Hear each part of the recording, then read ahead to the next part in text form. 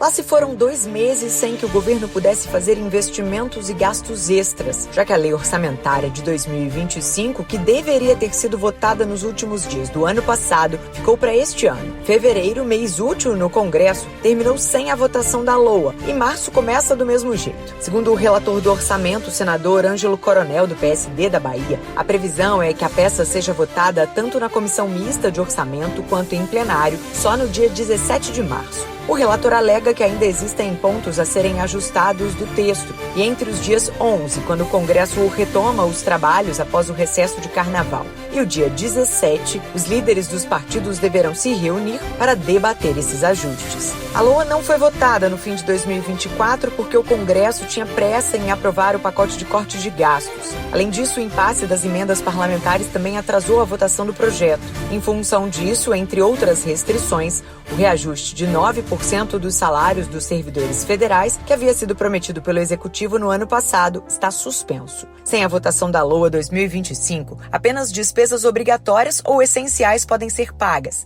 entre elas os salários, aposentadorias e serviços de saúde. Também estão previstos pagamentos de recursos para ações de prevenção de desastres ou em resposta a situações de emergência ou calamidade pública, ações de garantia da lei e da ordem e para o Fundo de Manutenção e o Desenvolvimento da Educação Básica e Valorização dos Profissionais de Educação, o Fundeb. Reportagem Lívia Brás. Vendas de etanol pelas usinas brasileiras disparam 17% na atual safra de cana-de-açúcar. O número foi divulgado pela Única, entidade que reúne as indústrias do setor, e se refere ao combustível hidratado, aquele que vai direto no tanque, quando o motorista abastece o carro. Até agora foram mais de 20 bilhões de litros. Um dos motivos é o aumento da produção, na casa de 10%. Mas pesa também o preço mais vantajoso em relação à gasolina, que torna o etanol a melhor opção para muito dono de carro flex. Dados da Agência Nacional do Petróleo indicam que, na média do país, a diferença tem ficado acima de 30%. Sem esquecer que o carro abastecido com gasolina, que é mais cara, tende a rodar mais, o que exige que cada motorista faça as contas para saber, no caso dele, qual a melhor opção. A safra de cana, que está praticamente encerrada, chegou a 614 milhões de toneladas, 5% menos que no mesmo período do ciclo passado, no qual o Brasil colheu uma super safra. Da Rádio 2, Humberto Ferretti. O Ministério da Saúde promoveu um webinário com o intuito de reforçar estratégias para ampliar a vacinação contra o HPV. O objetivo é mobilizar estados e municípios para vacinar adolescentes e jovens de 15 a 19 anos que ainda não receberam a vacina. De acordo com o Ministério, o imunizante é essencial na prevenção de diferentes tipos de câncer que podem surgir no colo do útero, na vulva, no pênis e ânus. O evento reuniu mais de 700 participantes. Entre os presentes, compareceram gestores e profissionais de saúde. O encontro abordou a introdução da vacina contra o HPV em dose única no Brasil, um marco que segue as recomendações do Comitê Técnico Assessor de Imunizações. Segundo o Ministério, a dose única facilita a operacionalização da vacina para a eliminação do câncer de colo do útero. A pasta também afirma que a vacina é a forma mais rápida de combater a doença em todo o mundo. Da agência Rádio Gov em Brasília, Lademir Filipim. Conta de luz continuará mais barata em março. A Agência Nacional de Energia Elétrica, ANEEL, confirmou a manutenção da bandeira verde, o que significa que não haverá cobrança de taxa extra. Em novembro estava em vigor a bandeira amarela, que acrescentou R$ 1,88 por cada 100 kWh consumidos. E em outubro, a bandeira vermelha nível 2, a pior de todas, com uma taxa extra de quase R$ 8 por cada 100 kWh. De dezembro para cá, porém, foi adotada a bandeira verde por conta do período de chuvas, que ajuda a aumentar o nível das usinas hidrelétricas. Com isso, a dependência do país das usinas térmicas, que geram uma energia mais cara, diminui. Em nota, a ANEEL, porém, destaca que um cenário sustentável no fornecimento de energia depende de um consumo consciente por parte da população, mesmo com a bandeira verde. Da Rádio 2, Humberto Ferretti. Essa é a hora, não tem tempo a perder. Com os cursos de conclusão acelerada da Faculdade UniBF, agora vai. Graduação a partir de 1 ano e meio e pós-graduação a partir de 4 meses. São mais de 1.200 cursos de ensino à distância, para dar a virada que a sua carreira precisa. E o melhor, parcelas que cabem no seu bolso. UniBF é para quem não tem tempo a perder. Acelera, agora vai. Informação UniBF 22 99951 0907.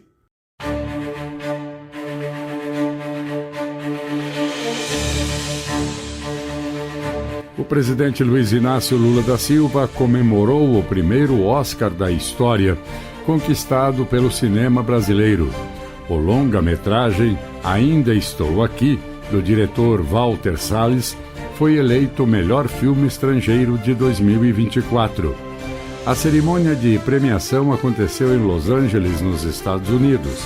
Por meio das redes sociais, Lula ressaltou a importância da conquista para o orgulho nacional e parabenizou todos os profissionais envolvidos na vitória. O presidente também lembrou que a obra mostra ao Brasil e ao mundo a importância da luta contra o autoritarismo.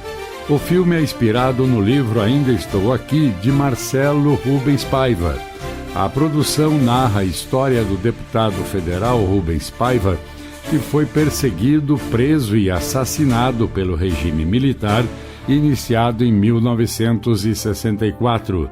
Da agência Rádio Gov em Brasília, Vladimir Filipim. Livros, jogos eletrônicos e cinema são os gêneros culturais preferidos dos brasileiros nas capitais. É o que diz o resultado da pesquisa Cultura nas Capitais. O estudo mostra que um total de 62% dos entrevistados afirmam ter lido livros nos últimos 12 meses. 51% acessaram jogos eletrônicos e 48% foram ao cinema. Já as atividades menos consumidas são concertos, saraus e feiras de livros. 71% dos entrevistados nunca assistiram a um concerto, 66% nunca foram a um sarau e 44% nunca frequentaram uma feira de livros. A pesquisa também apresenta dados importantes sobre as atividades culturais nas capitais. As cidades do Sul, como Porto Alegre, Florianópolis e Curitiba, lideram em diversos indicadores. Porto Alegre está na frente em leitura de livros, com 72%. Florianópolis se destaca na frequência a museus, com 37%, e shows de música, com 56%. O Rio de Janeiro aparece no topo do ranking, com 57% para cinema e 32% para teatro. Quanto à participação em dança, Manaus está na frente com 32%. O secretário executivo do Ministério da Cultura, Márcio Tavares, reforça a importância desses dados para a elaboração de políticas públicas do Ministério. Entender os hábitos da população, os lugares de cultura que se costuma frequentar, é fundamental na hora em que a gente qualifica as políticas, faz os investimentos, garante financiamento, mas, sobretudo, também entender quantas pessoas não estão acessando e por que não estão acessando iniciativas de cultura no país. E buscar também, através das políticas de cultura, formas de trazer o conjunto da população, né, para o hábito de consumir cultura, consumir arte. Quando se fala em gênero e raça, a pesquisa mostra que há diferenças significativas no consumo cultural. No que diz respeito à leitura, as mulheres demonstram maior engajamento. 65% afirmaram ter lido pelo menos um livro no ano anterior à pesquisa, em comparação com 59% dos homens. No universo dos games, a situação se inverte. 54% dos homens jogam jogos eletrônicos contra 49% das mulheres. O levantamento revela ainda que pessoas brancas são maioria no acesso em 7 das 14 atividades analisadas. No entanto, também indica que o interesse por atividades culturais é maior entre as pessoas negras, especialmente por shows, festas populares, museus, teatro e dança. No entanto, elas enfrentam barreiras para transformar esse desejo em participação efetiva. 56% das pessoas negras afirmaram ter grandes interesses por shows, mas apenas 44% conseguiram comparecer a algum evento. Se esse público potencial tivesse acesso facilitado, o percentual de participação poderia chegar a 67%, equiparando-se ao dos brancos. A pesquisa Cultura nas Capitais foi produzida pela J. Leiva Cultura e Esporte com patrocínio do Itaú e o Instituto Cultura Vale por meio da Lei Rouanet e realização do Ministério da Cultura. Para saber mais sobre o estudo, acesse culturanascapitais.com.br ou o site do Ministério da Cultura, gov.br/cultura. Reúna os amigos e a família e vá ao Bona Pizza. O funcionamento é de segunda a segunda até às 10 da noite. Localizado na praça de alimentação do Friburgo Shopping, o Bona Pizza oferece pizzas doces e salgadas, lanches rápidos, sucos e refrigerantes. Bona Pizza do Shopping da Praça. Telefone com WhatsApp 2523 3025. 2523 3025.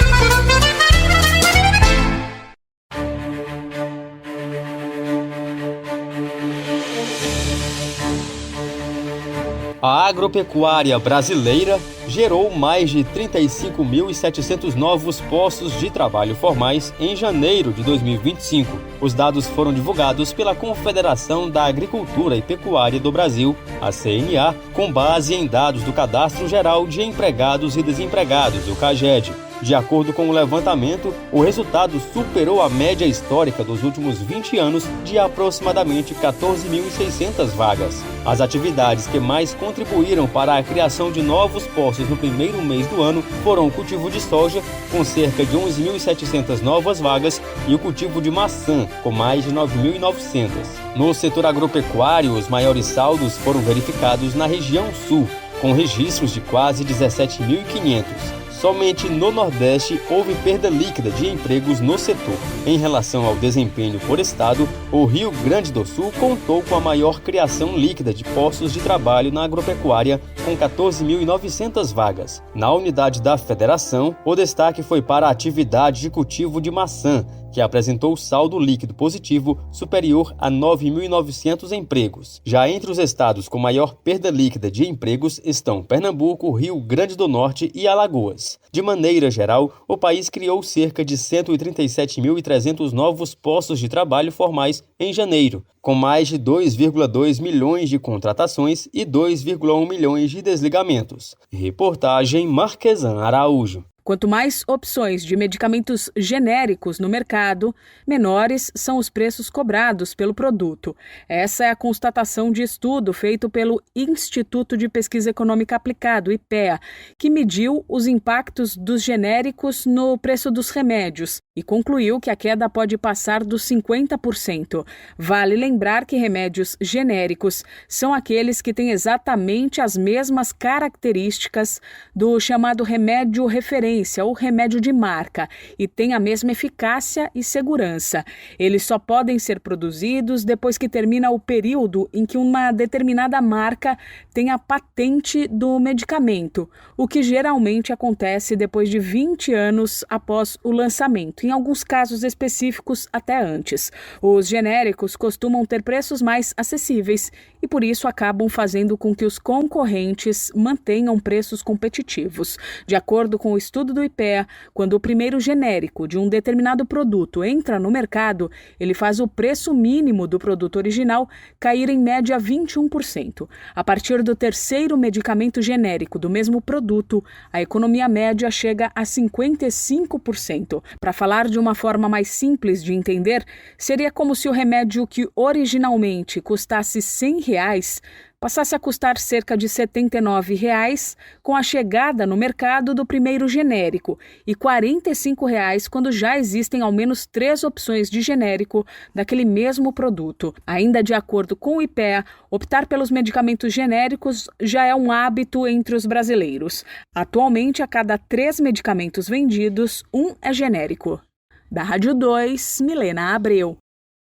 A Comissão Nacional de Segurança Química aprovou proposta que limita o uso de substâncias perigosas em produtos eletroeletrônicos. A decisão foi tomada durante a reunião na sede do Ministério do Meio Ambiente e Mudança do Clima, em Brasília. O objetivo é alinhar o Brasil às melhores práticas internacionais de segurança química. Dentre as substâncias estão metais pesados, plásticos e inibidores de fogo, presentes em celulares, computadores e utensílios de cozinha. Esses elementos representam riscos à saúde humana e ambiental e devem ser substituídos por alternativas mais seguras. Elaborada por um grupo de trabalho temporário, a proposta de resolução segue para apreciação do Conselho Nacional de Meio Ambiente, o CONAMA. Da agência Rádio Gov em Brasília, Lademir Filipim. Construir ou reformar ficou mais caro em fevereiro. Pesquisa da Fundação Getúlio Vargas aponta que os preços aumentaram em média 0,51%. Com isso, o avanço acumulado de um ano para cá já passa de 7%. A alta de janeiro foi puxada principalmente pela mão de obra, que ficou 0,59% mais cara, já que os materiais e os equipamentos subiram menos, 0,45%.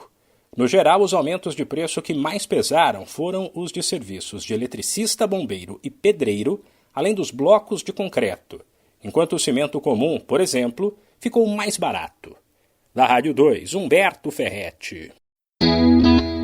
Você sabia que nossa emissora é líder de audiência no aplicativo Radiosnet? Isso mesmo. Baixe agora o aplicativo de rádio mais leve e rápido para celulares e ouça nossa emissora em qualquer lugar do planeta. Radiosnet.com.